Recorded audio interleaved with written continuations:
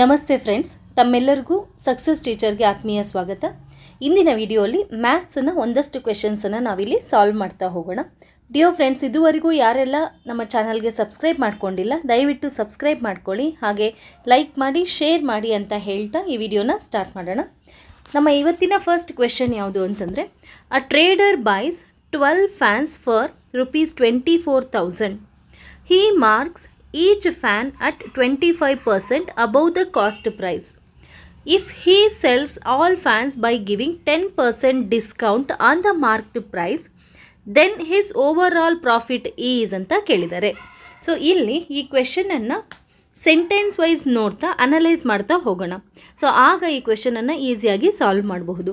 ಇಲ್ಲಿ ಏನಂತ ಕೊಟ್ಟಿದ್ದಾರೆ, ಅ ಟ್ರೇಡರ್ ಬೈಸ್ 12 ಫ್ಯಾನ್ಸ್ ಫಾರ್ ₹24,000 ಅಂತ. ಸೊ 12 ಫ್ಯಾನ್ಸ್ನ ಕಾಸ್ಟ್ ಎಷ್ಟಾಗುತ್ತೆ ಅಂತಂದರೆ 24,000 ಆಗಿರುತ್ತೆ. ಹಾಗೆ he marks each fan at 25% above the cost price. So ಇದೇನಾಗುತ್ತೆ, 24,000 ಅನ್ನೋದು ಕಾಸ್ಟ್ ಪ್ರೈಸ್ ಆಗುತ್ತೆ ಅಲ್ವಾ. ಸೊ ಅವನು ಸೇಲ್ ಮಾಡಬೇಕಾದ್ರೆ ಒಂದೊಂದು ಫ್ಯಾನ್ಗೂ ಸಹ 25% ಜಾಸ್ತಿ ಮಾಡಿ ಅದರ ಕಾಸ್ಟ್ ಪ್ರೈಸನ್ನು ಮೆನ್ಷನ್ ಮಾಡ್ತಾನೆ. ಸೊ ಆಗ ಎಷ್ಟಾಗತ್ತೆ, ಈಗ 12 ಫ್ಯಾನ್ಸ್ನ ವ್ಯಾಲ್ಯೂ 24,000 ಆದಾಗ 1 ಫ್ಯಾನ್ನ ಕಾಸ್ಟ್ ಎಷ್ಟಾಗಿರುತ್ತೆ, 24,000 divided by 12. So 24,000 divided by 12 ಅಂತಂದಾಗ 2,000 ಆಗಿರುತ್ತೆ ಒಂದು ಫ್ಯಾನಿನ ಕಾಸ್ಟ್. ನೆಕ್ಸ್ಟ್ ಅವನೇನು ಮಾಡ್ತಾನೆ, 25% ಅಷ್ಟು ಒಂದೊಂದು ಫ್ಯಾನ್ ಮೇಲೇನು 25% ಅಷ್ಟು ಜಾಸ್ತಿ ಮಾಡಿ ಕಾಸ್ಟ್ ಪ್ರೈಸನ್ನು ಫಿಕ್ಸ್ ಮಾಡಿರ್ತಾನೆ. ಸೊ 25% ಅಂತಂದರೆ ಎಷ್ಟಾಗಿರುತ್ತೆ, ಸೊ 25%ಅನ್ನು ನಾವು ಹೇಗೆ ಬರಿಬಹುದು ಅಂತಂದರೆ ಅದು ಮಾರ್ಕ್ಡ್ ಪ್ರೈಸ್ ಆಗಿರುತ್ತೆ. ಸೊ ಅವನು 25% ಎಕ್ಸ್ಟ್ರಾ ಹಾಕಿ ಅದನ್ನು ಮಾರ್ಕ್ಡ್ ಪ್ರೈಸ್ ಆಗಿ ಮಾಡಿರ್ತಾನೆ. ಸೊ ಮಾರ್ಕ್ಡ್ ಪ್ರೈಸ್ ಎಷ್ಟಾಗತ್ತೆ ಅಂತ ನೋಡೋಣ. ಹೇಗೆ ನೋಡೋದು ಅಂತಂದರೆ 25%ಅನ್ನು ನಾವು 25/100 ಅಂತ ಹಾಕ್ಕೊಳ್ಳೋಣ. ಇಂಟು ಒಂದು ಫ್ಯಾನಿನ ಕಾಸ್ಟ್ ಪ್ರೈಸ್ ಎಷ್ಟಿದೆ, 2,000 ಇದೆ. ಸೊ ಇದನ್ನು ಸಿಂಪ್ಲಿಫೈ ಮಾಡಿದಾಗ 2 zeros ಕ್ಯಾನ್ಸಲ್ ಆಗುತ್ತೆ. ಈಗ 20 × 25 ಅಂತಂದರೆ 500 ಇರುತ್ತೆ. ಅಂತಂದರೆ ಒಂದು ಫ್ಯಾನ್ ಮೇಲೆ ಎಷ್ಟು ಅವನು ಎಕ್ಸ್ಟ್ರಾ ಅಮೌಂಟ್ ಹಾಕ್ತಾನೆ ಅಂತಂದರೆ 500 ರೂಪೀಸ್. ಆಗ ಒಂದು ಫ್ಯಾನಿನ ಮಾರ್ಕ್ಡ್ ಪ್ರೈಸ್ ಎಷ್ಟಾಗಿರುತ್ತೆ, ಮಾರ್ಕ್ಡ್ ಪ್ರೈಸು 2,000 + 500. 2,000 + 500 ಅಂತಂದರೆ 2,500 ರೂಪಿ ಆಗುತ್ತೆ. ಮಾರ್ಕ್ಡ್ ಪ್ರೈಸ್ ಎಷ್ಟು ಮಾರ್ಕ್ ಮಾಡ್ತಾನೆ ಒಂದೊಂದು ಫ್ಯಾನ್ ಮೇಲೆ ಅಂತಂದರೆ 2,500 ಆಗುತ್ತೆ. ಸೊ ಅವನು ತಗೊಂಡಿದ್ದು ಎಷ್ಟಿಗೆ ಅಂದರೆ 2,000, ಅಂದರೆ ಕಾಸ್ಟ್ ಪ್ರೈಸ್ ಎಷ್ಟಾಗಿತ್ತು 2,000 ಆಗಿತ್ತು. ಮಾರ್ಕ್ಡ್ ಪ್ರೈಸ್ ಎಷ್ಟಾಗುತ್ತೆ ಆಗ 2,500. ಓಕೆ. ಸೊ ನೆಕ್ಸ್ಟ್ ಸೆಂಟೆನ್ಸ್ ನೋಡಿದಾಗ, if he sells all fans by giving 10% discount on the marked price. ಇಲ್ಲಿ ಆಲ್ ಫ್ಯಾನ್ಸ್ ಅಂದರೆ ಎಲ್ಲ ಫ್ಯಾನ್ಸ್ ಮೇಲೇನೂ ಸಹ ಎಷ್ಟು % ಡಿಸ್ಕೌಂಟ್ ಕೊಡ್ತಾನೆ ಅಂದರೆ 10% ಅಷ್ಟು ಡಿಸ್ಕೌಂಟ್ ಕೊಡ್ತಾನೆ. ಸೊ ಡಿಸ್ಕೌಂಟ್ ಕೊಟ್ಟಾಗ ಆಗ ಕಾಸ್ಟ್ ಪ್ರೈಸ್ ಎಷ್ಟಾಗುತ್ತೆ ಅಂತ ನೋಡೋಣ. ಸೊ ಡಿಸ್ಕೌಂಟ್ ಎಷ್ಟು ಕೊಡ್ತಾನೆ, 10% ಅಂತ ಅಲ್ವಾ. ಸೊ ಅದನ್ನು ನಾವು ಹೇಗೆ ಬರ್ಕೋಬಹುದು, ಇದನ್ನು 10/100. 10% ಅಂದರೆ 10/100 ಇಂಟು ಈಗ ಮಾರ್ಕ್ಡ್ ಪ್ರೈಸ್ ಎಷ್ಟಾಗಿದೆ 2,500. ಇದನ್ನು ನಾವಿಲ್ಲಿ ತೊಗೋಬೇಕಾಗತ್ತೆ, ಮಾರ್ಕ್ಡ್ ಪ್ರೈಸನ್ನು ತೊಗೋಬೇಕಾಗತ್ತೆ. So 10/100 into 2,500. ಸೊ ಇಲ್ಲಿ 2 zeros ಕ್ಯಾನ್ಸಲ್ ಆಗುತ್ತೆ. ಇಲ್ಲಿ ಉಳ್ಕೊಳ್ಳೋವಂಥದ್ದು 25 × 10 ಅಂದರೆ ಇವನ್ನ ಮಲ್ಟಿಪ್ಲೈ ಮಾಡಿದಾಗ 250 ಬರುತ್ತೆ. ಅಂದರೆ ಒಂದೊಂದು ಫ್ಯಾನ್ ಮೇಲೇನು ಎಷ್ಟು ಕಡಿಮೆ ಮಾಡ್ಕೊಳ್ತಾನೆ, ಡಿಸ್ಕೌಂಟ್ ಮಾಡ್ಕೊಳ್ತಾನೆ ಅಂದರೆ 250. ಸೊ ಆಗ 250 ಡಿಸ್ಕೌಂಟ್ ಮಾಡಿದಾಗ ಒಂದೊಂದು ಫ್ಯಾನ್ನ ಕಾಸ್ಟ್ ಎಷ್ಟಾಗುತ್ತೆ, 2,250 ರೂಪೀಸ್ ಆಗುತ್ತೆ. 2,250 ರೂಪೀಸ್ಗೆ ಸೇಲ್ ಮಾಡ್ತಾನೆ ಒಂದೊಂದು ಫ್ಯಾನನ್ನು ಸಹ. ಈಗ ನಾವೇನು ಫೈಂಡ್ ಔಟ್ ಮಾಡಬೇಕಾಗಿರೋದು, then his overall profit is ಅಂತ ಕೇಳಿದ್ದಾರೆ. ಸೊ ಒಂದು ಫ್ಯಾನು ಎಷ್ಟಿಗೆ ಸೇಲ್ ಮಾಡ್ತಾನೆ ಅಂತಂದರೆ 2,250ಗೆ ಸೇಲ್ ಮಾಡ್ತಾನೆ. ಹಾಗಾದರೆ ಅವನಿಗೆ ಓವರ್ ಆಲ್ ಪ್ರಾಫಿಟ್ ಎಷ್ಟಾಗಿದ್ದು ಅನ್ನೋದನ್ನು ಫೈಂಡ್ ಔಟ್ ಮಾಡಬೇಕು. ಸೊ ಇಲ್ಲಿ 12 ಫ್ಯಾನ್ಸನ್ನು ತಗೊಂಡಿದ್ದು ಎಷ್ಟಿಗೆ ಅಂತಂದರೆ 24,000ಗೆ. ಸೊ ಇಲ್ಲಿ 1 ಫ್ಯಾನನ್ನು 2,250ಗೆ ಸೇಲ್ ಮಾಡಿದ್ರೆ 12 ಫ್ಯಾನ್ಸ್ಗೆ ಎಷ್ಟಾಗುತ್ತೆ, ಸೊ 2,250 ಇಂಟು 12. ಸೊ ಇದನ್ನು ಮಲ್ಟಿಪ್ಲೈ ಮಾಡಿದಾಗ 27,000 ಬರುತ್ತೆ. ಅಂತಂದರೆ ಇಲ್ಲಿ 12 ಫ್ಯಾನ್ಸ್ನ ಸೇಲ್ ಮಾಡಿದ ಕಾಸ್ಟ್ ಎಷ್ಟು ಅಂದರೆ 27,000. ಸೊ ಕಾಸ್ಟ್ ಪ್ರೈಸ್ ಎಷ್ಟಾಗಿತ್ತು ಅಂದರೆ 24,000. ಹಾಗಾದರೆ ಅವನಿಗೆ ಲಾಭ ಆಗಿದ್ದೆಷ್ಟು ಅಂತಂದರೆ ಅದು 3,000. 27,000 ಮೈನಸ್ 24,000 ಅಂತಂದರೆ 3,000 ರೂಪಿ ಪ್ರಾಫಿಟ್ ಆಗುತ್ತೆ. ಸೊ ಈ ಕ್ವೆಶನ್ಗೆ ಕರೆಕ್ಟ್ ಆನ್ಸರ್ ಯಾವುದು ಅಂದರೆ ಆಪ್ಷನ್ ಎ 3,000. ಈ ಥರದ ಕ್ವೆಶನ್ಸನ್ನು ಸಾಲ್ವ್ ಮಾಡೋವಾಗ ನಮಗೆ ಕನ್ಫ್ಯೂಷನ್ ಆಗುತ್ತೆ. ನಾವು ಸೆಂಟೆನ್ಸ್ ಬೈ ಸೆಂಟೆನ್ಸ್ ಕ್ಲಿಯರಾಗಿ ಓದ್ಕೊಂಡು ಆನ್ಸರ್ ಮಾಡಬೇಕಾಗತ್ತೆ. ಸೊ ಹಾಗೆ ಮಾಡಿದಾಗ ನಮಗೆ ಕರೆಕ್ಟ್ ಆನ್ಸರ್ ಸಿಗುತ್ತೆ, ಹಾಗೆ ಬೇಗನೂ ಆನ್ಸರ್ ಸಿಗುತ್ತೆ. ಜೊತೆಗೆ ನಾವೇನು ಮಾಡಬೇಕು, ಈ ಥರದ ಅನೇಕ ಕ್ವೆಶನ್ಸನ್ನು ಮೊದಲಿಗೆ ಪ್ರಾಕ್ಟೀಸ್ ಮಾಡ್ಕೋಬೇಕಾಗತ್ತೆ. ಓಕೆ, ನೆಕ್ಸ್ಟ್ ಕ್ವೆಶನ್ಗೆ ಹೋಗೋಣ. Next question, D is a point on side AB of a triangle ABC such that CD is the bisector of angle ACB if angle A is equal to 50 degree and angle B ಅಂತ ಇರಬೇಕಾಗಿತ್ತು. So ಇಲ್ಲಿ angle B is equal to 70 degree, then angle ADC is equal to ಅಂತ ಕೊಟ್ಟಿದ್ದಾರೆ. So ಇಲ್ಲಿ ಒಂದು triangle ಕೊಟ್ಟಿದ್ದಾರೆ, ಆ ಟ್ರಯಾಂಗಲನ್ನು ABC ಅಂತ ಕೊಟ್ಟಿದ್ದಾರೆ. ಸೊ ಇಲ್ಲಿ ಒಂದು ಫಿಗರನ್ನು ಡ್ರಾ ಮಾಡ್ಕೊಳ್ಳೋಣ, ಆಗ ನಾವು ಈಸಿಯಾಗಿ ಸಾಲ್ವ್ ಮಾಡಬಹುದು. ಸೊ ಇಲ್ಲಿ ಒಂದು ಟ್ರಯಾಂಗಲ್ ABCಯಲ್ಲಿ CD is the bisector of angle ACB ಅಂತ ಕೊಟ್ಟಿದ್ದಾರೆ. ಸೊ CD ಅನ್ನು ಡ್ರಾ ಮಾಡ್ಕೊಳ್ಳೋಣ ಇಲ್ಲಿ. ಸೊ ಇದು CD ಅನ್ನೋದೇನು, ಆ್ಯಂಗಲ್ ACBನ ಬೈಸೆಕ್ಟರ್ ಅಂತಂದರೆ ಈ ಆ್ಯಂಗಲ್ಲು ಅಂತಂದರೆ ACD ಆ್ಯಂಗಲ್ ಹಾಗೆ BCD ಆ್ಯಂಗಲ್ ಇವೆರಡೂ ಸಹ ಈಕ್ವಲ್ ಆಗಿರ್ತವೆ. ಯಾಕೆ ಅಂತಂದರೆ CD ಅನ್ನೋದು ಬೈಸೆಕ್ಟರ್ ಆಫ್ ಆ್ಯಂಗಲ್ ACB ಆಗಿರೋದ್ರಿಂದ ಈ ಎರಡು ಆ್ಯಂಗಲ್ಸು ಈಕ್ವಲ್ ಆಗಿರ್ತವೆ. ಹಾಗೆ ಇಲ್ಲೇನು ಕೊಟ್ಟಿದ್ದಾರೆ, angle A is equal to 50 degree ಅಂತ ಕೊಟ್ಟಿದ್ದಾರೆ, ಹಾಗೆ angle B is equal to 70 degree ಅಂತ ಕೊಟ್ಟಿದ್ದಾರೆ. ನಾವು ಫೈಂಡ್ ಔಟ್ ಮಾಡಬೇಕಾಗಿರೋದೇನು ಅಂದರೆ ADC ಆ್ಯಂಗಲ್ನ ಮೆಷರ್ಮೆಂಟ್. ಸೊ ಇಲ್ಲಿ ಹೇಗೆ ಫೈಂಡ್ ಔಟ್ ಮಾಡಬೇಕು, ಸೊ ಇಲ್ಲಿ ನಾವು ಹೇಗೆ ಫೈಂಡ್ ಔಟ್ ಮಾಡಬಹುದು ಅಂತ ನೋಡೋದಾದರೆ, ಈಗ ಟ್ರಯಾಂಗಲ್ ABC ಅಂತ ತಗೊಂಡಾಗ ಆ್ಯಂಗಲ್ A ಹಾಗೆ ಆ್ಯಂಗಲ್ Bನ ಮೆಷರ್ಮೆಂಟ್ ಕೊಟ್ಟಿದ್ದಾರೆ. ಸೊ ಇಲ್ಲಿ 50 ಹಾಗೆ 70. ಟ್ರಯಾಂಗಲ್ನ ಆ್ಯಂಗಲ್ ಸಮ್ ಪ್ರಾಪರ್ಟಿ ಪ್ರಕಾರ ಮೂರು ಆ್ಯಂಗಲ್ಸ್ನ ಸಮ್ ಎಷ್ಟಾಗಿರಬೇಕು, 180 ಡಿಗ್ರಿ ಆಗಿರಬೇಕು. ಹಾಗೆ ಇಲ್ಲಿ ಕೊಟ್ಟಿರೋಂಥ ಎರಡು ಆ್ಯಂಗಲ್ಸ್ನ ಸೇರಿಸಿದಾಗ ಸಮ್ ಎಷ್ಟಿರುತ್ತೆ ಅಂತಂದರೆ 50 + 70 ಅಂದರೆ 120 ಡಿಗ್ರಿ ಆಗುತ್ತೆ. ಹಾಗಾದರೆ ಆ್ಯಂಗಲ್ C ಎಷ್ಟಿರಬೇಕಾಗತ್ತೆ, 180 ಮೈನಸ್ 120 ಅಂತಂದರೆ 60 ಡಿಗ್ರಿ ಇರಬೇಕು.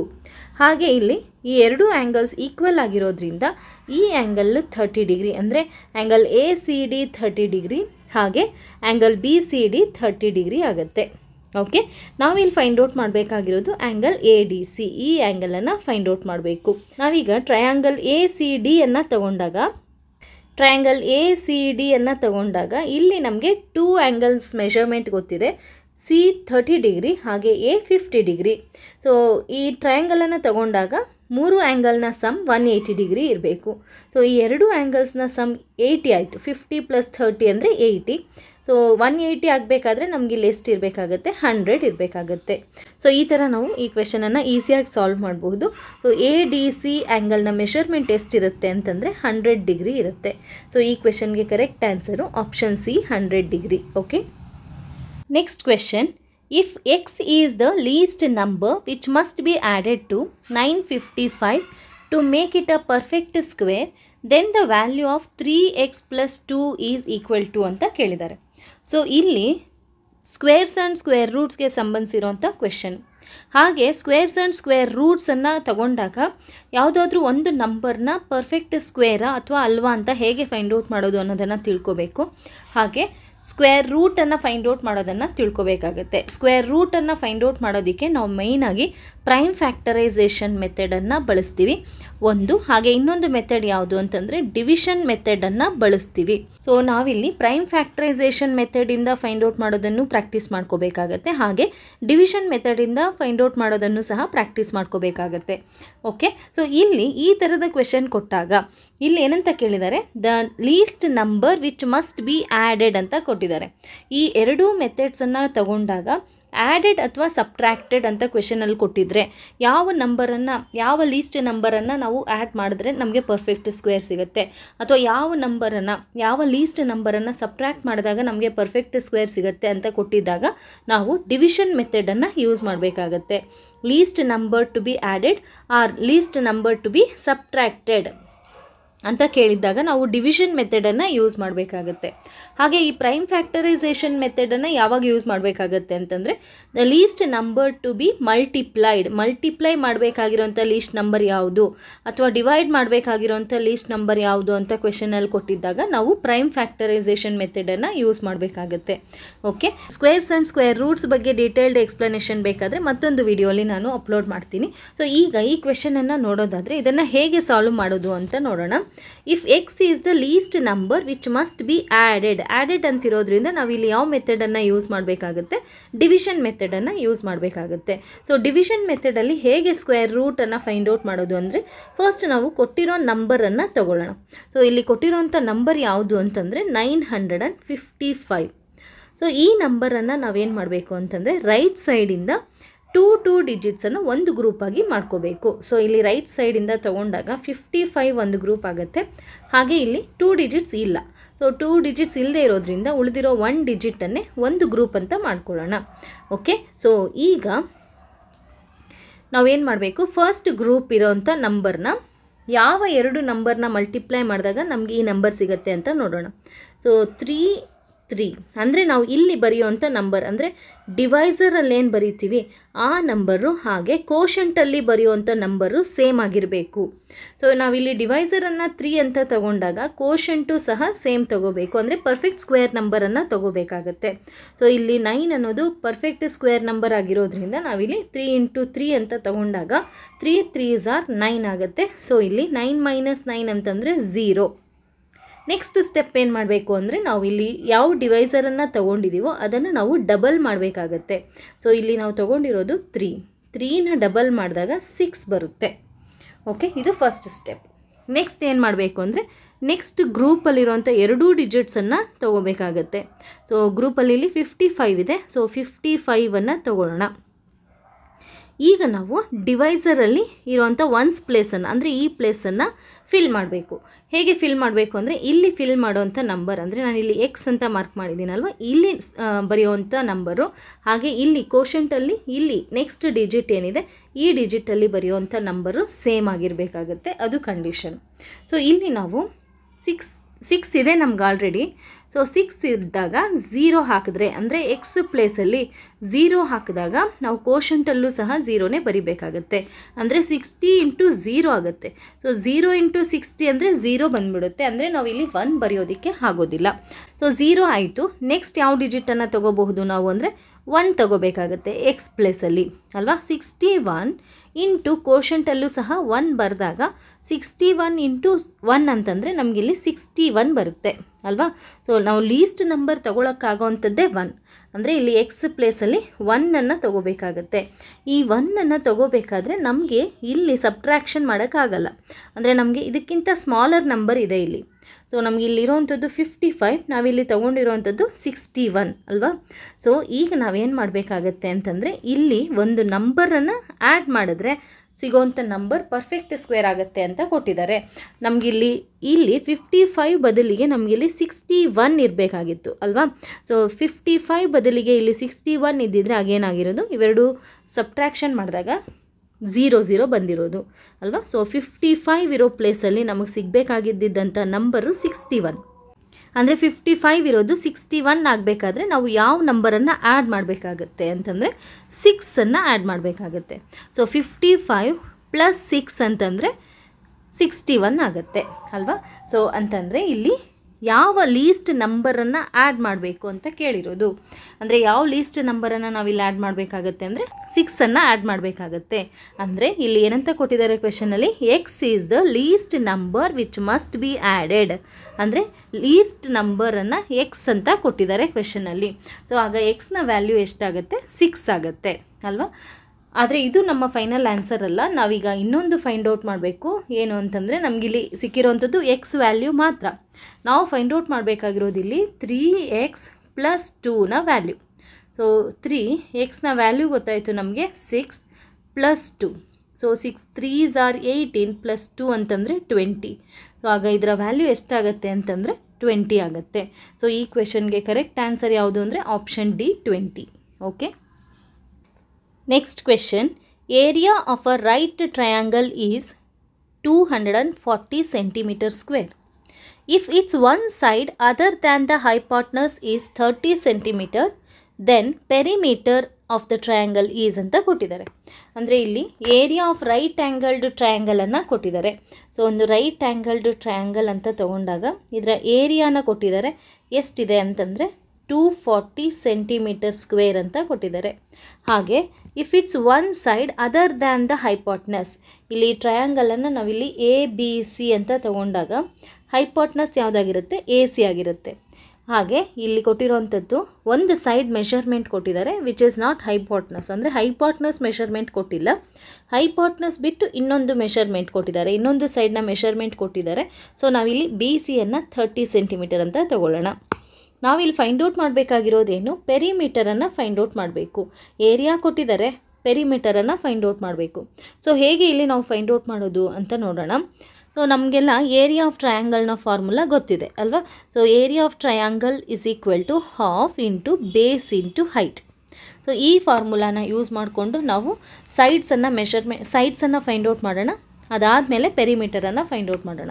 ಸೊ ಇಲ್ಲಿ ಏರಿಯಾ ಕೊಟ್ಟಿದ್ದಾರೆ ಎಷ್ಟು ಅಂತಂದರೆ 240. ಹಾಗೆ ಒಂದು ಸೈಡನ್ನು ಕೊಟ್ಟಿದ್ದಾರೆ, ಅಂದರೆ ನಾವು ಬೇಸ್ ಅಂತ ತೊಗೊಂಡಿದ್ದೀವಿ. ಸೊ ಒಂದು ಸೈಡನ್ನು ನಾವು 30 ಅಂತ ತೊಗೊಳ್ಳೋಣ. ಹಾಫ್ ಇಂಟು 30 ಇಂಟು ಹೈಟ್ ಗೊತ್ತಿಲ್ಲ, ಸೊ ಹೆಚ್ಚಾಗೆ ಬರ್ಕೊಳ್ಳೋಣ. ಇದನ್ನು ನಾವಿಲ್ಲಿ ಸಿಂಪ್ಲಿಫೈ ಮಾಡಿದಾಗ 2 1s are 2, 2 15s are 30. ಹಾಗೆ 15ಅನ್ನು ಎಲ್ ಎಚ್ ಎಸ್ಗೆ ತಗೊಂಡಾಗ 240/15 ಆಗುತ್ತೆ, is equal to H. So ಇಲ್ಲಿ ಕ್ಯಾನ್ಸಲ್ ಮಾಡಿದಾಗ 15 1s are 15, 90 ಉಳ್ಕೊಳ್ಳುತ್ತೆ. So 15 6s are 90. ಹೆಚ್ಚಿನ ವ್ಯಾಲ್ಯೂ ಎಷ್ಟು ಬರುತ್ತೆ ಅಂದರೆ 16 ಆಗುತ್ತೆ. ಸೊ ಈಗ ಹೆಚ್ ಅಂತಂದರೆ ನಾವಿಲ್ಲಿ ಹೈಟನ್ನು, ಅಂದರೆ ಎ ಬಿಯನ್ನು ತೊಗೊಂಡಿದ್ದೀವಿ ಹೆಚ್ ಅಂತ. ಸೊ ಎ ಬಿನ ಮೆಷರ್ಮೆಂಟ್ ಎಷ್ಟಾಗುತ್ತೆ, 16 ಆಗುತ್ತೆ. ಈಗ ಹೈಪಾಟನಸನ್ನು ಹೇಗೆ ಫೈಂಡ್ ಔಟ್ ಮಾಡಬಹುದು ಅಂದರೆ ನಾವಿಲ್ಲಿ ಪೈಥಾಗೋರಸ್ ಥಿಯರಮನ್ನು ಯೂಸ್ ಮಾಡ್ಕೊಳ್ಳೋಣ. ಸೊ ಪೈಥಾಗೋರಸ್ ಥಿಯರಮ್ ಪ್ರಕಾರ ನಾವಿಲ್ಲಿ ಹೇಗೆ ಬರ್ಕೋಬಹುದು, A C square is equal to A B square plus B C square ಅಂತ ಬರ್ಕೊಳ್ಳೋಣ. ಸೊ ಈಗ ಹೈಪಾಟನಸ್ ಸಿಗಬೇಕಾದ್ರೆ ನಾವಿಲ್ಲಿ ಏನು ಮಾಡಬೇಕಾಗತ್ತೆ, ಎ ಬಿ ವ್ಯಾಲ್ಯೂ ಎಷ್ಟಿದೆ ಅಂದರೆ 16 ಇದೆ. ಸೊ 16 ಸ್ಕ್ವೇರ್ ಪ್ಲಸ್ ಬಿ ಸಿನ ವ್ಯಾಲ್ಯೂ 30 ಇದೆ, 30 ಸ್ಕ್ವೇರ್. 16 ಸ್ಕ್ವೇರ್ ಅಂತಂದರೆ 256 ಪ್ಲಸ್ 30 ಸ್ಕ್ವೇರ್ ಅಂತಂದರೆ 900 ಆಗುತ್ತೆ. ಸೊ ಇವೆರಡನ್ನು ಆ್ಯಡ್ ಮಾಡಿದಾಗ ನಮಗಿಲ್ಲಿ 1156 ಸಿಗುತ್ತೆ. ಅಂದರೆ ಎಚ್ ಸ್ಕ್ವೇರ್ನ ವ್ಯಾಲ್ಯೂ ಸಿಕ್ತು ಎಷ್ಟು ಅಂದರೆ 1156. ನಮಗೆ ಬೇಕಾಗಿರೋದು ಹೆಚ್ ಮಾತ್ರ. ಸೊ ಹೆಚ್ ಅಂತಂದರೆ ಸ್ಕ್ವೇರ್ ರೂಟ್ ಆಫ್ 1156. ಈಗ 1156ನ ಸ್ಕ್ವೇರ್ ರೂಟನ್ನು ಫೈಂಡ್ ಔಟ್ ಮಾಡೋಣ. 1156ನ ರೂಟನ್ನು ಫೈಂಡ್ ಔಟ್ ಮಾಡೋಣ. ಹೇಗೆ ಫೈಂಡ್ ಔಟ್ ಮಾಡೋಣ, ಇಲ್ಲಿ ನಾವು ಪ್ರೈಮ್ ಫ್ಯಾಕ್ಟರೈಸೇಷನ್ ಮೆಥಡನ್ನು ಯೂಸ್ ಮಾಡೋಣ. 2 5s are 10, 2 7s are 14, 2 8s are 16, again by 2, 2 2s are 4, 2 8s are 16, 2 9s are 18. So ಇಲ್ಲಿ 289 ಸಿಕ್ಕಿದೆ. 289 ಅನ್ನೋದು ಒಂದು ಪರ್ಫೆಕ್ಟ್ ಸ್ಕ್ವೇರ್. ಸೊ 17 ಇಂಟು 17 ಸ್ಕ್ವೇರ್ನ ವ್ಯಾಲ್ಯೂ ಎಷ್ಟು ಅಂದರೆ 289. ಸೊ ನಾವಿಲ್ಲಿ 1156ಅನ್ನು ಹೇಗೆ ಬರಿಬಹುದು ಅಂದರೆ 2 ಇಂಟು 17 ಇಂಟು 17. ಸ್ಕ್ವೇರ್ ರೂಟನ್ನು ಫೈಂಡ್ ಔಟ್ ಮಾಡುವಾಗ ನಾವು ಎರಡು ನಂಬರ್ಸನ್ನು ಒಂದು ಗ್ರೂಪಾಗಿ ಕನ್ಸಿಡರ್ ಮಾಡ್ತೀವಿ. ಹಾಗೆ ಒಂದು ಗ್ರೂಪ್ಗೆ ಇರುವಂಥ ಒಂದು ನಂಬರನ್ನು ತೊಗೊಳ್ತೀವಿ. ಅಂದರೆ 2 ಇಂಟು 2 ಎರಡು ಸಲ ಮಲ್ಟಿಪ್ಲೈ ಆಗ್ತಾಯಿದೆ ಅಂದರೆ ಅದಕ್ಕೆ ನಾವು 1 ಟೈಮ್ 2 ತೊಗೋಬೇಕಾಗತ್ತೆ. ಹಾಗೆ 17 ಇಂಟು 7 ಈ ಗ್ರೂಪ್ಗೆ ನಾವು 1 ಟೈಮ್ 17ಅನ್ನು ತೊಗೋಬೇಕು. ಸೊ 17 ಇಂಟು 2 ಅಂತಂದರೆ 34 ಅಂತಂದರೆ 1156ನ ಸ್ಕ್ವೇರ್ ರೂಟ್ ಎಷ್ಟಾಗುತ್ತೆ ಅಂತಂದರೆ 34 ಆಗಿರುತ್ತೆ. ಸೊ ಹಾಗಾದರೆ ಹೆಚ್ಚಿನ ವ್ಯಾಲ್ಯೂ ಎಷ್ಟಾಗುತ್ತೆ 34. ನಾವಿಲ್ಲಿ ಫೈಂಡ್ ಔಟ್ ಮಾಡಬೇಕಾಗಿರೋದು ಏನು ಅಂತಂದರೆ ಪೆರಿಮೀಟರ್. ಸೊ ಈಗ ಮೂರು ಸೈಡ್ಸ್ನ ಮೆಷರ್ಮೆಂಟ್ ಗೊತ್ತಾಯಿತು, ನಾವೀಗ ಪೆರಿಮೀಟರನ್ನು ಫೈಂಡ್ ಔಟ್ ಮಾಡೋಣ. ಸೊ ಇಲ್ಲಿ ಬಿ ಸಿ ಸೈಡ್ನ ಮೆಷರ್ಮೆಂಟು 30, ಹಾಗೆ ಎ ಬಿ ಸೈಡ್ನ ಮೆಷರ್ಮೆಂಟು 16, ಹಾಗೆ ಹೈಪಾಟ್ನಸ್ ಎ ಸಿ ಸೈಡ್ನ ಮೆಷರ್ಮೆಂಟು 34. ಸೊ ಈ ಮೂರು ಸೈಡ್ಸನ್ನು ಆ್ಯಡ್ ಮಾಡಿದಾಗ ಸಿಗುವಂಥದ್ದೇ ಈ ಟ್ರಯಾಂಗಲ್ನ ಪೆರಿಮೀಟರ್ ಆಗಿರುತ್ತೆ. ಸೊ ಈ ಮೂರು ಸೈಡ್ಸನ್ನು ಆ್ಯಡ್ ಮಾಡಿದಾಗ ನಮಗೆ 80 ಸಿಗುತ್ತೆ. ಅಂತಂದರೆ ಈ ಟ್ರಯಾಂಗಲ್ನ ಪೆರಿಮೀಟರ್ ಎಷ್ಟಾಗುತ್ತೆ ಅಂತಂದರೆ 80 ಸೆಂಟಿಮೀಟರ್ಸ್ ಆಗಿರುತ್ತೆ. ಓಕೆ, ಸೊ ಈ ಕ್ವೆಶನ್ಗೆ correct answer option D 80. Next question, BD is the diagonal of parallelogram ABCD such that angle CBD is equal to 12x, angle ABD is equal to 7y, angle ADB is equal to 60 degree and angle CDB is equal to 28 degree. Then the value of 2x plus 3y is ಅಂತ ಕೊಟ್ಟಿದ್ದಾರೆ. So ಈ ಥರದ question ಕೊಟ್ಟಾಗ first ನಾವು ಫಿಗರನ್ನು draw ಮಾಡ್ಕೊಳ್ಳೋಣ. So ಇಲ್ಲಿ ಕೊಟ್ಟಿರೋಂಥ figure ಯಾವುದು ಅಂತಂದರೆ ಪ್ಯಾರಲೆಲೋಗ್ರಾಮನ್ನು ಕೊಟ್ಟಿದ್ದಾರೆ. ಸೊ ಈ ಪ್ಯಾರಲೆಲೋಗ್ರಾಮನ್ನು ನಾವು ABCD ಅಂತ ತಗೊಳ್ಳೋಣ. ಕ್ವೆಶನಲ್ಲೇ ಕೊಟ್ಟಿದ್ದಾರೆ ABCD ಪ್ಯಾರಲೆಲೋಗ್ರಾಮ್ ಅಂತ. ಸೊ ABCD ಅಂತ ತಗೊಂಡಾಗ ಇಲ್ಲಿ angle CBD is equal to 12x ಅಂತ ಕೊಟ್ಟಿದ್ದಾರೆ. ಸೊ ಇಲ್ಲಿ ಆ್ಯಂಗಲ್ CBDನ ಮೆಷರ್ಮೆಂಟು 12x ಅಂತ ಕೊಟ್ಟಿದ್ದಾರೆ. ಹಾಗೆ angle ABD is equal to 7y ಅಂತ ಕೊಟ್ಟಿದ್ದಾರೆ. ಆ್ಯಂಗಲ್ ABD ಅಂದರೆ ಈ ಆ್ಯಂಗಲನ್ನು 7y ಅಂತ ಕೊಟ್ಟಿದ್ದಾರೆ. ಹಾಗೆ angle ADB is equal to 60 degree ಅಂದರೆ ಈ ಆ್ಯಂಗಲನ್ನು 60 ಡಿಗ್ರಿ ಅಂತ ಕೊಟ್ಟಿದ್ದಾರೆ. ಹಾಗೆ angle CDB is equal to 28 degree ಅಂದರೆ ಈ ಆ್ಯಂಗಲನ್ನು 28 ಡಿಗ್ರಿ ಅಂತ ಕೊಟ್ಟಿದ್ದಾರೆ. ನಾವಿಲ್ಲಿ ಫೈಂಡ್ ಔಟ್ ಮಾಡಬೇಕಾಗಿರೋದು 2x ಪ್ಲಸ್ 3yನ ವ್ಯಾಲ್ಯೂ. ಸೊ ಇದನ್ನು ಫೈಂಡ್ ಔಟ್ ಮಾಡಬೇಕಂದ್ರೆ ಫಸ್ಟ್ ನಾವು x ಮತ್ತು yನ ವ್ಯಾಲ್ಯೂಸನ್ನು ಫೈಂಡ್ ಔಟ್ ಮಾಡಬೇಕು. ಸೊ ಹೇಗೆ ಇಲ್ಲಿ ಫೈಂಡ್ ಔಟ್ ಮಾಡೋದು ಅಂತಂದರೆ ನಾವಿಲ್ಲಿ ಆಲ್ಟರ್ನೇಟ್ ಆ್ಯಂಗಲ್ ಪ್ರಾಪರ್ಟಿಯನ್ನು ಯೂಸ್ ಮಾಡ್ತಾ ಇದ್ದೀವಿ. ಸೊ ಇಲ್ಲಿ ಈ ಆ್ಯಂಗಲ್ಸನ್ನು ಅಬ್ಸರ್ವ್ ಮಾಡಿದಾಗ ಇದು ಯಾವ ಥರದ ಆ್ಯಂಗಲ್ಸ್ ಅಂತಂದರೆ ಆಲ್ಟರ್ನೇಟ್ ಆ್ಯಂಗಲ್ಸ್ ಅಂದರೆ Z ಶೇಪಲ್ಲಿ ಇದ್ದಾವೆ ಅಲ್ವಾ. ಸೊ Z ಶೇಪಲ್ಲಿ ಇದೆ ಅಂದರೆ ಪ್ಯಾರಲೆಲ್ಸ್, 2 ಪ್ಯಾರಲೆಲ್ಸ್ ಹಾಗೆ ಒಂದು ಟ್ರಾನ್ಸ್ವರ್ಸಲ್ ಇದೆ ಅಲ್ವಾ. ಸೊ ಇಂಟೀರಿಯರ್ ಆಪೋಸಿಟ್ ಆ್ಯಂಗಲ್ಸ್ ಆಗ್ತವೆ. ಇಂಟೀರಿಯರ್ ಆಪೋಸಿಟ್ ಆ್ಯಂಗಲ್ಸ್ ಹೇಗಿರ್ತವೆ ಅಥವಾ ಇಲ್ಲಿ ಆಲ್ಟರ್ನೇಟ್ ಆ್ಯಂಗಲ್ಸ್ ಅಂತ ತಗೊಂಡಾಗ ಈ ಎರಡು ಆ್ಯಂಗಲ್ಸು ಸೇಮ್ ಇರ್ತವೆ. ಅಂದರೆ 7y will be equal to 28 degree. ಹಾಗೆ ಇನ್ನೂ ಒಂದು ಸೆಟ್ ಆಲ್ಟರ್ನೇಟ್ ಆ್ಯಂಗಲ್ಸ್ ಇದೆ ಇಲ್ಲಿ. ಸೊ ಯಾವುದದು ಅಂತ ನೋಡಿದ್ರೆ ಈ ಆ್ಯಂಗಲ್ ಇದು ಸಹ ಆಲ್ಟರ್ನೇಟ್ ಆ್ಯಂಗಲ್ಸ್ ಆಗಿದ್ದಾವೆ. ಸೊ ಇಲ್ಲಿ 60 ಡಿಗ್ರಿ ಹಾಗೆ 12x ಇವು ಸಹ alternate angles. So alternate angles equal ಆಗಿರ್ತವೆ. ಹಾಗಾಗಿ ನಾವಿಲ್ಲಿ ಏನಂತ ಬರಿಬಹುದು, 12x will be equal to 60 degree ಅಂತ ಬರಿಬಹುದು.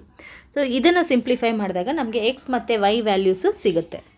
ಸೊ ಇಲ್ಲಿ y is equal to 28/7. So 28/7 ಅಂತಂದರೆ 7 1s are 7, 7 4s are 28. So ವೈನ value ಸಿಕ್ತು ಎಷ್ಟು ಅಂದರೆ 4. ಹಾಗೆ ಇಲ್ಲಿ ಸಿಂಪ್ಲಿಫೈ ಮಾಡಿದಾಗ ಎಕ್ಸ್ ಇಸ್ ಈಕ್ವಲ್ ಟು 60/12. 60/12 ಅಂತಂದರೆ ಎಕ್ಸ್ನ ವ್ಯಾಲ್ಯೂ ಎಷ್ಟಾಗುತ್ತೆ, 5 ಆಗುತ್ತೆ. ಈಗ ನಾವು ಫೈಂಡ್ ಔಟ್ ಮಾಡಬೇಕಾಗಿರೋದು 2x plus 3y. So 2x plus 3y, 2xನ ವ್ಯಾಲ್ಯೂ ಅಂದರೆ 5 ಪ್ಲಸ್ 3yನ ವ್ಯಾಲ್ಯೂ ಅಂದರೆ 4.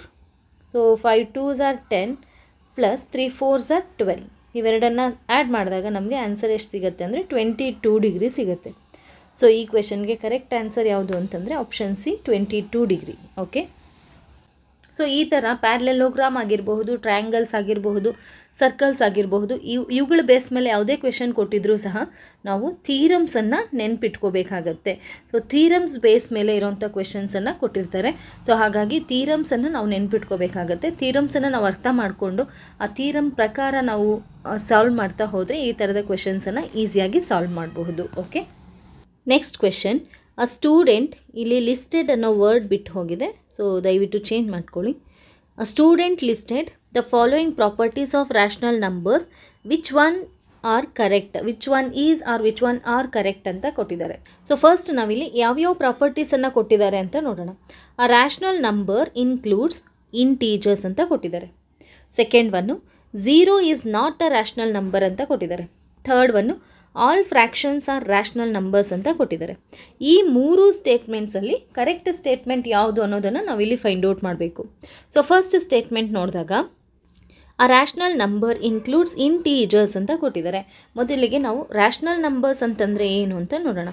ರ್ಯಾಷನಲ್ ನಂಬರ್ಸ್ ಅಂತಂದರೆ the numbers which can be return in the form of p/q where p and q are integers and Q should not be equal to zero, ಇದು condition. So ಯಾವುದಾದ್ರೂ ಒಂದು number rational number ಅಂತ ಹೇಳಬೇಕಾದ್ರೆ ಅದನ್ನು ನಾವು P by Q ಫಾರ್ಮಲ್ಲಿ ಬರಿಬೇಕು. ಹಾಗೆ ಪಿ ಆ್ಯಂಡ್ ಕ್ಯೂ ಅನ್ನೋದು ಏನಾಗಿರಬೇಕು ಅಂದರೆ ಇಂಟೀಜರ್ಸ್ ಆಗಿರಬೇಕು.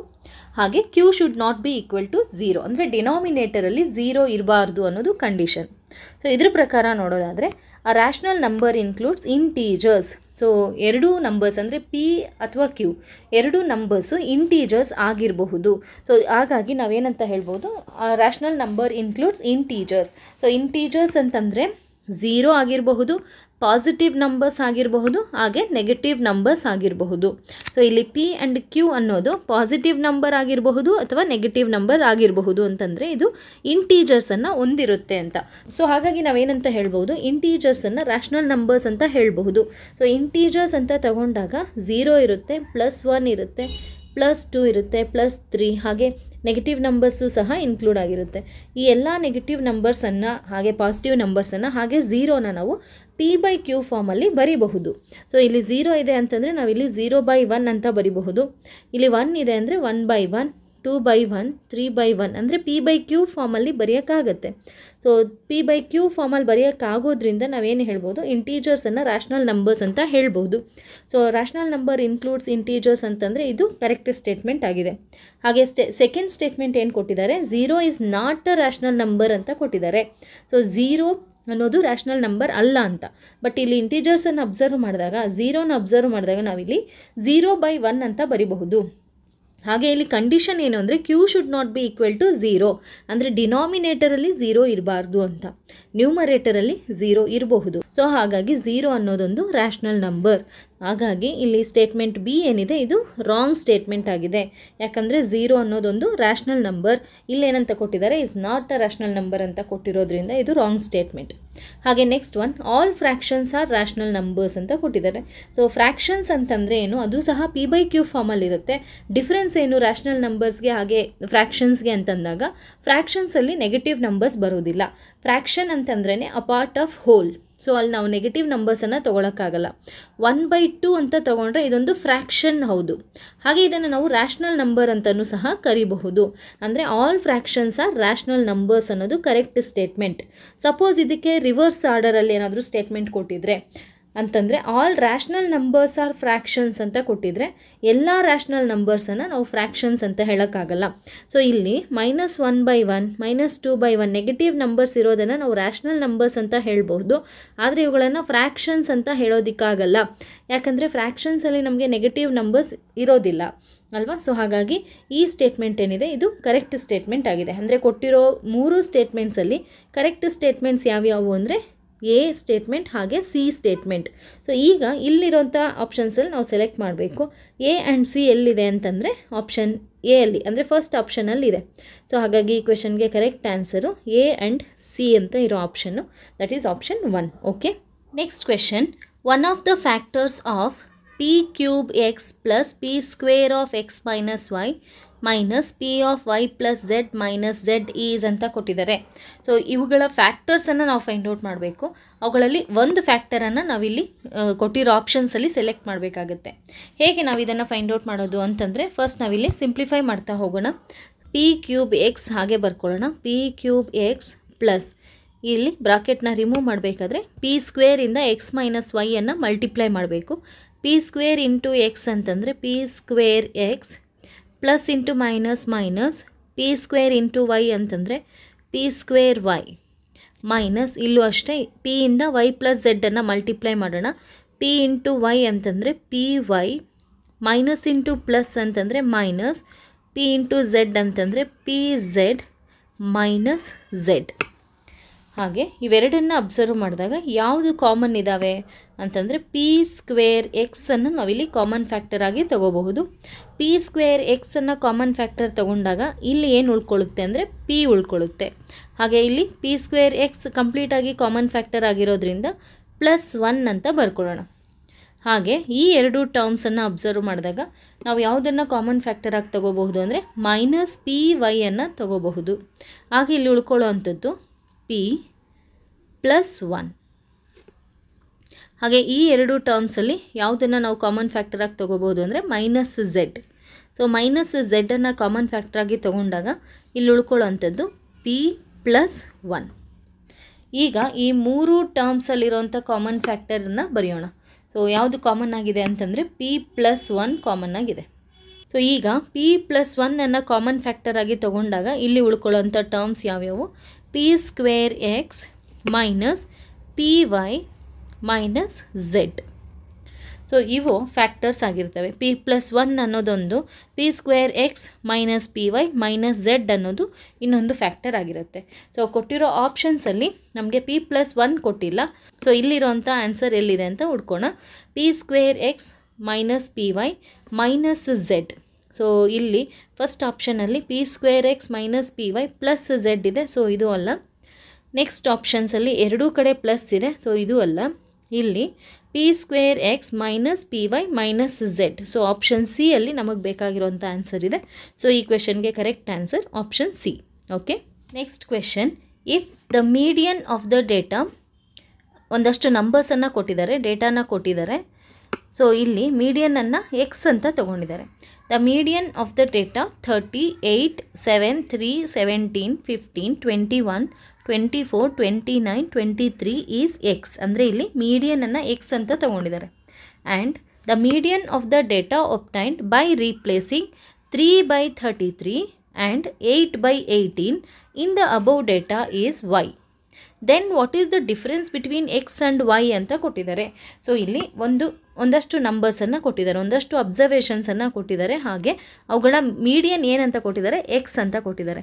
ಹಾಗೆ ಇಲ್ಲಿ ಕೊಟ್ಟಿರುವಂಥ ನಂಬರ್ಸಲ್ಲಿ 3 ಬದಲಿಗೆ 33 ಹಾಗೆ 8 ಬದಲಿಗೆ 18 ಕೊಟ್ಟಾಗ, ಇದೇ ಅಬ್ಸರ್ವೇಷನ್ಸಲ್ಲಿ ಎರಡು ನಂಬರ್ಸನ್ನು ಚೇಂಜ್ ಮಾಡಿದಾಗ, ಅಂದರೆ 3 ಬದಲಿಗೆ 33, 8 ಬದಲಿಗೆ 18 ಕೊಟ್ಟಿದ್ದಾಗ ಸಿಗೋವಂಥ ಮೀಡಿಯನ್ ಏನಿದೆ ಅದನ್ನು ವೈ ಅಂತ ತಗೊಂಡಿದ್ದಾರೆ. ಸೊ ಆಗ ನಾವೇನು ಫೈಂಡ್ ಔಟ್ ಮಾಡಬೇಕು? ಇಲ್ಲಿ ಕೊಟ್ಟಿರೋಂಥ ಡೇಟಾದ ಮೀಡಿಯನ್, ಹಾಗೆ 3 ಬದಲಿಗೆ 33, 8 ಬದಲಿಗೆ 18 ಹಾಕ್ಕೊಂಡಾಗ ಸಿಗುವಂಥ ಮೀಡಿಯನ್ ಏನಿದೆ ಅವೆರಡರ ನಡುವೆ, ಆ ಎರಡು ಮೀಡಿಯನ್ಗಳ ನಡುವೆ ಇರುವಂತಹ ಡಿಫರೆನ್ಸನ್ನು ನಾವು ಫೈಂಡ್ ಔಟ್ ಮಾಡಬೇಕು. ಸೊ ಹೇಗೆ ಫೈಂಡ್ ಔಟ್ ಮಾಡೋದು ಅಂತಂದರೆ, ಮೊದಲಿಗೆ ನಾವು ಇಲ್ಲಿ ಎಕ್ಸ್ನ ವ್ಯಾಲ್ಯೂಯನ್ನು ಫೈಂಡ್ ಔಟ್ ಮಾಡೋಣ, ಮೀಡಿಯನನ್ನು ಫೈಂಡ್ ಔಟ್ ಮಾಡೋಣ.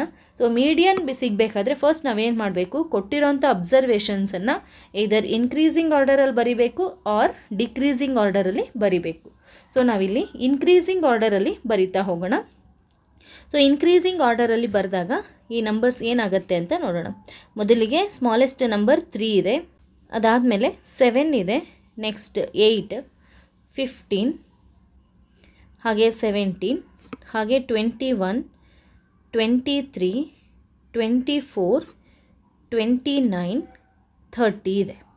ಸೊ ಇನ್ಕ್ರೀಸಿಂಗ್ ಆರ್ಡರಲ್ಲಿ ಬರೆದಾಗ ನಂಬರ್ಸ್ ಈಗಾಗುತ್ತೆ. ಹೀಗೆ ನಾವು ಮೀಡಿಯನ್ ಹೇಗೆ ಫೈಂಡ್ ಔಟ್ ಮಾಡೋದು ಅಂತಂದರೆ, ಆಡ್ ನಂಬರ್ಸ್ ಇದ್ದರೆ, ಅಂದರೆ ಕೊಟ್ಟಿರೋಂಥ observations odd number of observations, suppose 5 ಇತ್ತು ಅಂತಂದರೆ ಎಕ್ಸಾಕ್ಟ್ ಮಿಡಲ್ ಟರ್ಮು ಮೀಡಿಯನ್ ಆಗಿರುತ್ತೆ.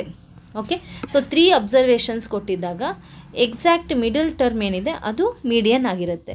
ಸೊ ಇಲ್ಲಿ ನಂಬರ್ ಆಫ್ ಅಬ್ಸರ್ವೇಷನ್ಸ್ ಎಷ್ಟಿದೆ ಅಂತ ನೋಡೋಣ. 1, 2, 3, 4, 5, 6, 7, 8, 9, 10. 10 ಅನ್ನೋದು ಈವನ್, ಅಂತಂದರೆ ಈವನ್ ನಂಬರ್ ಆಫ್ ಅಬ್ಸರ್ವೇಷನ್ಸ್ ಇದೆ. So even number of observations ಇದ್ದಾಗ ಮೀಡಿಯನ್ ಯಾವುದಾಗಿರುತ್ತೆ ಅಂತಂದರೆ ಮೀನ್ ಆಫ್ ಮಿಡಲ್ 2 ಟರ್ಮ್ಸ್, ಅಂದರೆ ಮಿಡಲ್ 2 ಟರ್ಮ್ಸನ್ನು ತಗೋಬೇಕು. ಅವುಗಳ ಆವ್ರೇಜ್ ಅಥವಾ ಅವುಗಳ ಮೀನ್ ಏನಿದೆ ಅದು ಮೀಡಿಯನ್ ಆಗಿರುತ್ತೆ. ಸೊ ಇಲ್ಲಿ ಮಿಡಲ್ 2 ಟರ್ಮ್ಸ್ ಯಾವ್ದ್ಯಾವುದು ಅಂತಂದರೆ 17 ಆ್ಯಂಡ್ 21. ಸೊ ಈ ಎರಡು ನಂಬರ್ಸ್ನ ಆವ್ರೇಜ್ ಏನಿದೆ ಅದು ಮೀಡಿಯನ್ ಆಗಿರುತ್ತೆ. ಸೊ ಆವ್ರೇಜ್ ಫೈಂಡ್ ಔಟ್ ಮಾಡಬೇಕಾದ್ರೆ ಏನು ಮಾಡಬೇಕು? ಈ ಎರಡನ್ನು ಆ್ಯಡ್ ಮಾಡಿ ಡಿವೈಡೆಡ್ ಬೈ 2. So 17 + 21 by 2. 17 + 21 ಅಂತಂದರೆ 38 ಬೈ 2. ಸೊ 38 ಬೈ 2 ಅಂತಂದರೆ 2 1s are 2, 2 9s are 18. So median ಏನಾಗಿರುತ್ತೆ ಅಂದರೆ 19 ಆಗಿರುತ್ತೆ. ಅಂದರೆ ಕೊಟ್ಟಿರೋಂಥ ಡೇಟಾನ ಮೀಡಿಯನ್ನು 19 ಆಯಿತು, ಅಂದರೆ ಎಕ್ಸ್ನ ವ್ಯಾಲ್ಯೂ 19 ಆಯಿತು. ಸೊ ಈಗ ಇದೇ ಡೇಟಾನ ನಾವೇನು ಮಾಡಬೇಕು ಅಂತಂದರೆ 3 ಇರೋವಂಥ ಪ್ಲೇಸಲ್ಲಿ 33 ಕೊಟ್ಟಿದ್ದಾರೆ, ಹಾಗೆ 8 ಇರೋವಂಥ ಪ್ಲೇಸಲ್ಲಿ 18 ಕೊಟ್ಟಿದ್ದಾರೆ. ಸೊ ಉಳಿದೆಲ್ಲ ನಂಬರ್ಸು ಸೇಮ್ ಇರುತ್ತೆ. ಉಳಿದ ಎಲ್ಲ ನಂಬರ್ಸನ್ನು ಸೇರಿಸಿ, ಅಂದರೆ 3 ಹಾಗೆ 8ಅನ್ನು ಬಿಟ್ಟು ಅವುಗಳ ಬದಲಿಗೆ 33, 18 ಹಾಕ್ಕೊಂಡು ಉಳಿದಿರೋ ನಂಬರ್ಸನ್ನು ನಾವು ಅಸೆಂಡಿಂಗ್ ಆರ್ಡರಲ್ಲಿ ಬರ್ಕೊಳ್ಳೋಣ. ಸೊ ಹಾಗೆ ಬರೆದಾಗ ಸ್ಮಾಲೆಸ್ಟ್ ನಂಬರ್ ಅವಾಗ ಯಾವುದಾಗುತ್ತೆ ಅಂದರೆ 7 ಆಗುತ್ತೆ. 7 ನೆಕ್ಸ್ಟ್ ನಮಗೆ 15. ಸೊ 15 ಆದಮೇಲೆ ನೆಕ್ಸ್ಟ್ ನಂಬರು 17. ಇಲ್ಲಿ ನಮಗೆ 18 ಸೇರಿಕೊಳ್ಳುತ್ತೆ. ಅಂದರೆ 17 ಆದಮೇಲೆ 18, ಅದಾದ ನಂತರ 21, ನೆಕ್ಸ್ಟ್ 23, 24, 29, 30, ಲಾಸ್ಟಲ್ಲಿ 33 ಅನ್ನೋದು ಗ್ರೇಟೆಸ್ಟ್ ನಂಬರ್. ಸೊ ಲಾಸ್ಟಲ್ಲಿ ಬರುತ್ತೆ. ಈಗ ಮಿಡಲ್ 2 ಟರ್ಮ್ಸ್ ಯಾವುದಿದೆ ಅಂತ ನೋಡೋಣ. ಮಿಡಲ್ 2 ಟರ್ಮ್ಸು 21 ಹಾಗೆ 23 ಇದೆ. ಸೊ ಈ ಡೇಟಾನ ಮೀಡಿಯನ್ನು ಈ ಎರಡು ನಂಬರ್ಸ್ನ ಆ್ಯಾವ್ರೇಜ್ ಆಗಿರುತ್ತೆ. ಅಂದರೆ 21 + 23 ಡಿವೈಡೆಡ್ ಬೈ 2. 21 + 23 ಅಂತಂದರೆ 44 ಬೈ 2 ಅಂತಂದರೆ 22 ಆಗುತ್ತೆ. ಅಂತಂದರೆ ಈಗ ಈ ಡೇಟಾನ ಮೀಡಿಯನ್ ಎಷ್ಟಾಗಿರುತ್ತೆ 22 ಅಂತಂದರೆ y ಅನ್ನೋದು ಈ ಡೇಟಾನ ಮೀಡಿಯನ್ ಅಂತ ಕೊಟ್ಟಿರೋದ್ರಿಂದ y ನ ವ್ಯಾಲ್ಯೂ ಎಷ್ಟಾಗುತ್ತೆ 22. ಸೊ ಎಕ್ಸ್ನ ವ್ಯಾಲ್ಯೂ ಎಷ್ಟು ಅಂತಂದರೆ 19 ಹಾಗೆ y ನ ವ್ಯಾಲ್ಯೂ 22. y ಮತ್ತು x ನಡುವೆ ಇರುವಂಥ ಡಿಫರೆನ್ಸನ್ನು ಕೇಳಿರೋದಿಲ್ಲಿ. ಸೊ 22 - 19 ಅಂತಂದರೆ ಎಷ್ಟಾಗುತ್ತೆ 3 ಆಗುತ್ತೆ. ಸೊ ಅವೆರಡರ ನಡುವೆ ಇರುವಂಥ ಡಿಫರೆನ್ಸ್ ಎಷ್ಟು ಅಂದರೆ 3. ಸೊ ಈ ಕ್ವೆಶನ್ಗೆ ಕರೆಕ್ಟ್ ಆನ್ಸರ್ ಯಾವುದು ಅಂದರೆ option C 3.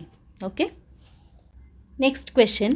3 numbers are in the ratio 2:3:4 and the sum of their cubes is 33,957. What is the sum of the 3 numbers ಅಂತ ಕೊಟ್ಟಿದ್ದಾರೆ. ಸೊ ಇಲ್ಲಿ ಕೊಟ್ಟಿರೋಂಥ ಕ್ವೆಶನ್ ಏನು ಅಂತಂದರೆ 3 ನಂಬರ್ಸ್ನ ರೇಷಿಯೋ ಕೊಟ್ಟಿದ್ದಾರೆ 2:3:4. ಹಾಗೆ ಅವುಗಳ ಕ್ಯೂಬ್ಸ್ನ ಸಮ್ ಕೊಟ್ಟಿದ್ದಾರೆ.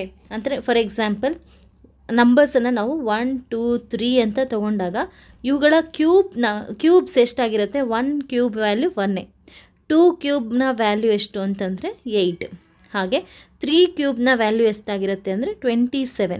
ಸೊ ಈ ಕ್ಯೂಬ್ಸ್ನ ಸಮ್ಮನ್ನು ಕೊಟ್ಟಿದ್ದಾರೆ. ಸೊ 27 + 8 + 1 ಅಂತಂದರೆ 36. ಸೊ ಈ ಕ್ಯೂಬ್ಸ್ನ ಸಮ್ಮನ್ನು ಈ ಕ್ವೆಶನಲ್ಲಿ ಕೊಟ್ಟಿದ್ದಾರೆ. ನಾವು ಫೈಂಡ್ ಔಟ್ ಮಾಡಬೇಕಾಗಿರೋದೇನು ಈ ನಂಬರ್ಸ್ನ ಸಮ್ ಎಷ್ಟು ಅಂತ. ಸೊ ನಂಬರ್ಸ್ನ ಸಮ್ ಎಷ್ಟಾಗಿರುತ್ತೆ ಅಂದರೆ 1 + 2 + 3 ಅಂತಂದರೆ 6 ಆಗಿರುತ್ತೆ. ಇದನ್ನು ನಾವು ಫೈಂಡ್ ಔಟ್ ಮಾಡಬೇಕು. ಸೊ ಇದು ನಾನು ಎಕ್ಸಾಂಪಲ್ಗೆ ತೊಗೊಂಡಿರೋಂಥ ಕ್ವೆಶನ್ನು. ಸೊ ಈಗ ಈ ಕ್ವೆಶನನ್ನು ಹೇಗೆ ಸಾಲ್ವ್ ಮಾಡಬಹುದು ಅಂತ ನೋಡೋಣ. ಸೊ ಆ ನಂಬರ್ಸನ್ನು 2:3:4 ಅಂತ ಕೊಟ್ಟಿರೋದ್ರಿಂದ ಆ ನಂಬರ್ಸನ್ನು ನಾವೇನು ಮಾಡಬೇಕು ಅಂದರೆ 2x ಹಾಗೆ 3x ಹಾಗೆ 4x ಅಂತ ತಗೊಳ್ಳೋಣ.